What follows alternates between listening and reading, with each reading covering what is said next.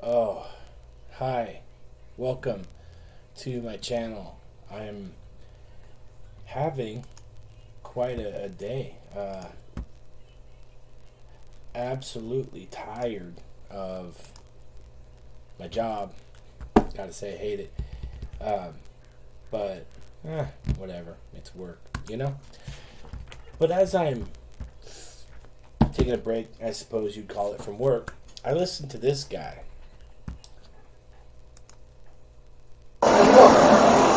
61 to 62. I don't want to die. They had you scared. You're not going to die. I'm in the medical.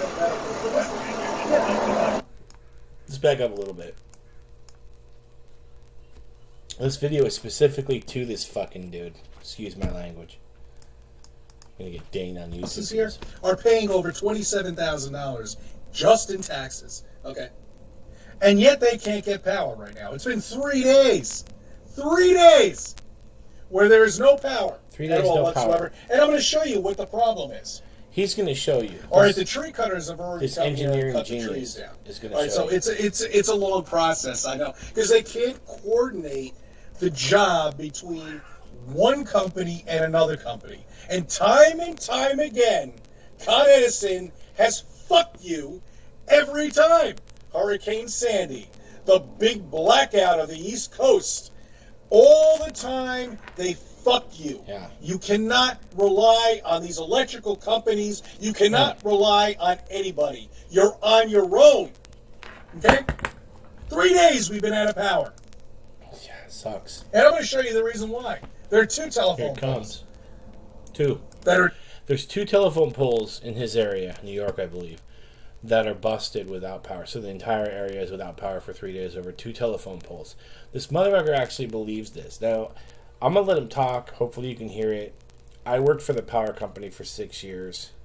I know exactly what's going on right now. But I'll let him talk a minute more. down. Okay?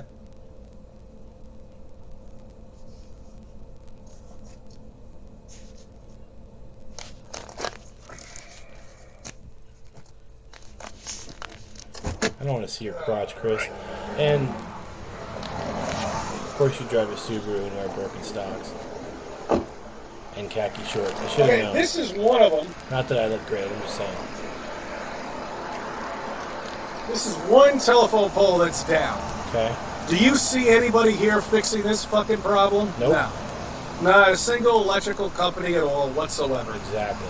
Trying to fix this problem. Okay, cool. You're pissing me off. I actually did a comment. Is it still here?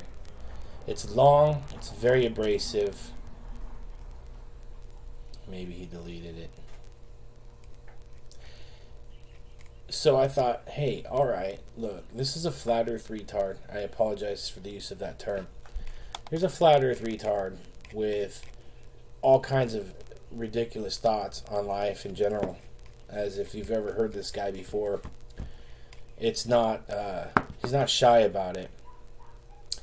But let me explain to you, Chris, CC, what's actually going on here, okay?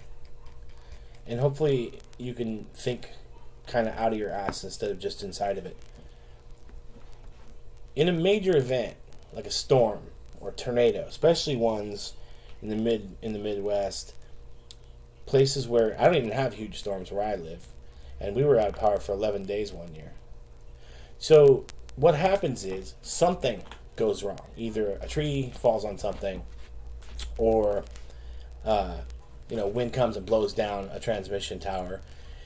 That in the shot right now, I see a transmission tower right there in the background, and that is where everything starts. Okay, so in a major event, the first thing that gets done is the companies mobilize. There isn't a single company out there that manages a crew large enough to handle a major event on staff all the time. Why? Because that amount of people means that during times like this, when there's nothing going on, there's about 80% of the company sitting around twiddling their fucking thumbs because they don't have anything to do because there's no major outage. Does that make any sense to you? It's called staffing. It's called budget. They don't have the budget for it. Why would they have those people on staff all the time? So what they do typically is most of the power companies, hell, some of them don't even run operations. Some of them third party that shit to a company called Quantis, who does gas and electric under different names. Patelco for electric and InfraSource for gas. These are companies set up to deal with the operations aspect of utilities. In other words, they're the ones who run the lines. They're the ones who set the poles. They're the ones who set the transformers. They're the ones who diagnose these problems and go out and fix the shit. They're the ones that put the new stuff in when you build a brand new house. They're the ones that come out and take it all down when you want to change something. They're the ones that deal with all of those operation things. On top of that, there's administration that has to occur for things like easements and all sorts of other things that come into play. And these all come into play all at once. So when there's a major event, they have to first get people there to be able to handle it. So they have to assess the situation to know how many people they're going to need. So they have people whose job it is, and sometimes these people have an actual role in the company that has nothing to do with emergency situations. And most utility companies have a secondary position that's known as an emergency. Mine was data. I had to handle the data that was coming in to let people know of the changes of status in various grids and things like that. My job was data in storm mode. That's what we called it, storm mode. Normally my job was a business analyst, but because I was a data guy, then during storm mode, I went to the command center and I managed the data that came in and wrote up charts and things like that. But there are other people who have different functions in the company who actually are assigned at that point to go out and walk the turf. They go out into this stuff, up into the mountains where the transmission lines are, and they assess the damage of the area first. That is the first step, and that can take a day or two sometimes 3, depending.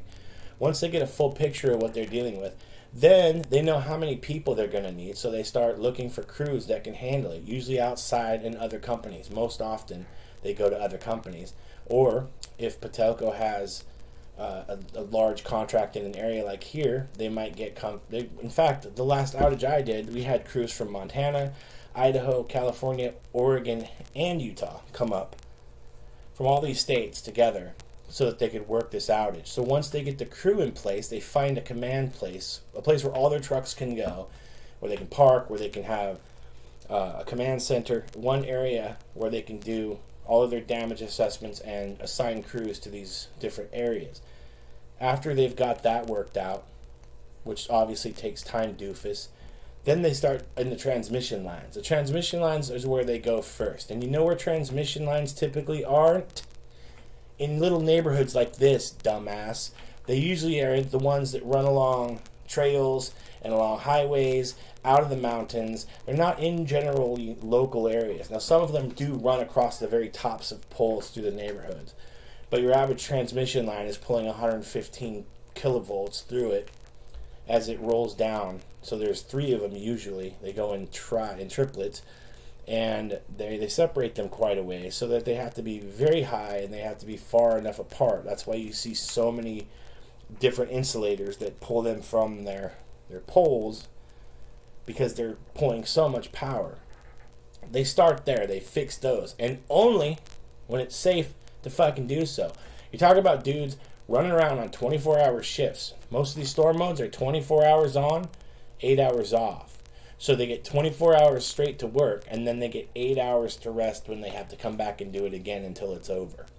So you approaching them like this is a big dick move, because they're already doing their best, busting their ass away from their families. They don't get to go home. They're out in the cold most of the times, because usually in these major events, it's typically in winter. But if not, they're still out there in the elements all day long, trying to get your stupid power up. And why? So you can have a fucking TV dinner? Look, they're working their asses off trying to assess the situation and get it all fixed. Now, they have to run some pretty fat wire if they're doing transmission lines. It ain't cheap, it ain't easy, and it's dangerous. So, with safety in mind, if they cannot get to a transmission line, they will wait until they can safely do so and restore it. And they're not restoring a single distribution grid until they get a transmission lines up. Once their transmission lines are up, they will go down to the distribution line level. Distribution lines are the ones that you see running on the pole itself. not on top, but on the pole, and they're usually pretty thick. Those distribution lines are the ones that run out to transformers where they can then be dropped down again to be serviceable to a home. Service lines are your responsibility up to, actually from where it drops from the transformer, that right there is that's where the utilities,